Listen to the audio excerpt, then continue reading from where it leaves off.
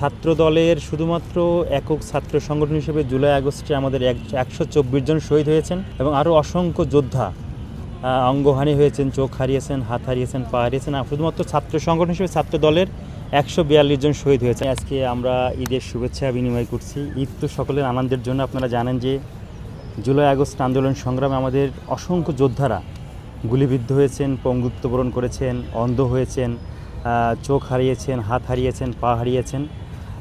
তো আমরা মনে করি ঈদ মানে তো আনন্দ, ঈদ মানে খুশি। এই ঈদের খুশিকে একটু সবার মাঝে ভাগাভাগি করে নেওয়ার জন্য আমরা এই যে দ্বিতীয় স্বাধীনতা যাকে বলছি আমরা জুলাই আগস্ট অভ্যুত্থান যাকে বলছি, সেই জুলাই আগস্ট অভ্যুত্থানে যারা সম্মুখ সারির যোদ্ধা ছিল তেমন 20 জনকে নিয়ে আজকে আমাদের এই আয়োজন। আমরা 20 জনের মাঝে আমাদের সাধ্যমতো আমাদের যতটুকু আমাদের সাধ্য আমরা পেরেছি, আমরা তাদেরকে ঈদের শুভেচ্ছা বিনিময় করেছি এবং আমরা একসাথে দুপুরে খাওয়া দাওয়া করব তাদের সাথে নিয়ে। আমরা ঈদের আনন্দটাকে ভাগাভাগি করার জন্যই আমরা মনে করি যে আজকে আমাদের এই ছোট্ট ক্ষুদ্র প্রয়াস। জুলাই আগস্ট সংগ্রামে যারা জীবন দিয়েছেন তাদের আত্মার মাগফিরাত কামনা করছি এবং যারা অসুস্থ অবস্থায় আছেন আমরা সবসময় যাতে জুলাই আগস্ট এই যোদ্ধাদের পাশে থেকে তাদের সুখে দুঃখের সারথি হতে পারি, আমরা সেই প্রত্যাশা ব্যক্ত করছি আজকের এই প্রোগ্রাম থেকে। সাথে সাথে আমাদের এই বাংলাদেশের জন্য যারাই জীবন দিয়েছেন 1971 সালে 90 গণ অভ্যুত্থানে এবং 24 জুলাইয়ে সকল শহীদদের প্রতি আমরা সশ্রদ্ধ সালাম জানাচ্ছি এবং সকল শহীদ পরিবারের প্রতি এবং যারা যুদ্ধাহত আছেন সকলের সাথে কাঁধে কাঁধ মিলিয়ে ছাত্র দল যাতে আগামী দিনে পথ চলতে পারে আমরা এই প্রত্যাশা রাখছি এবং সেই দোয়াই আমরা সবসময় করি যাতে আমরা সবসময় জুলাই আগস্টে যারা আহত হয়েছেন তাদের সাথে থাকতে পারি। আমাদের সবসময় মনে প্রাণে আমরা তাদের সাথে থাকার চেষ্টা করি।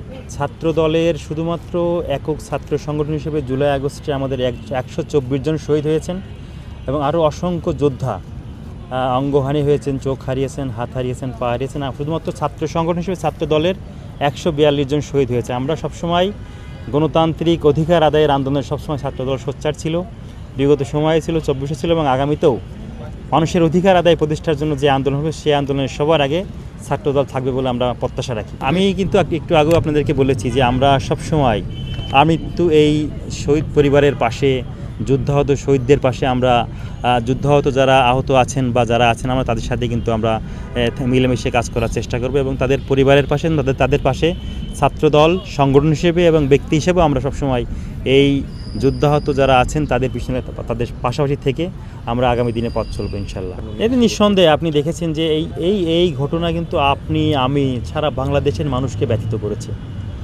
প্রধানমন্ত্রী নিজে তার বাসায় গিয়েছেন, কথা বলেছেন, স্বরাষ্ট্রমন্ত্রী গিয়েছেন, আইনমন্ত্রী গিয়েছেন। উদ্বুদ্ধ পরিস্থিতিতে যারা এগুলো বলেছেন আমি মনে করি যে এটা তারা অসৎ উদ্দেশ্য নিয়েই সেখানে ছিলেন। আমরা যে ঘটনাটি ঘটেছে মর্মান্তিক ঘটনা, আমরা এর দৃষ্টান্তমূলক শাস্তি চাই এবং আইনের যাতে কোনো প্রকার আইনের ফাঁক ফোকর দিয়ে এই আসামি যাতে কোনো প্রকার বাঁচতে না পারে আমরা সেটা চাই। আর উদ্বুদ্ধ পরিস্থিতি যারা এরকম সিনক্রিয়েট করেছেন আমরা মনে করি তারা এদেশের আইনের প্রতি শ্রদ্ধাশীল নয় এবং তারা সবসময় সুযোগ খোঁজার চেষ্টা করেন যে ভালো কাজকে, সুন্দর কাজকে, যে কাজগুলোকে সবাই প্রত্যাশা করে সেই কাজগুলো বাধাগ্রস্ত করার জন্যই এই অসাধু মহল সবসময় চেষ্টা করে। আমাদের প্রধানমন্ত্রী কিন্তু বারবার বলছেন সবার আগে বাংলাদেশের জনগণ, বাংলাদেশের গণতন্ত্র, মানুষের কথা বলার স্বাধীনতা, এ নিয়ে কিন্তু আমরা কাজ করে যাচ্ছি, উনিও কাজ করে যাচ্ছেন। আগামী দিনে বাংলাদেশ যে গণতন্ত্রের পথে যাত্রা শুরু করেছে সেই যাত্রায় ওনার সারথি হিসেবে আমরা সবসময় তার কাঁধের সাথে আছি এবং বাংলাদেশের মানুষ তার সাথে আছে, আমরা সেই প্রত্যাশা করি।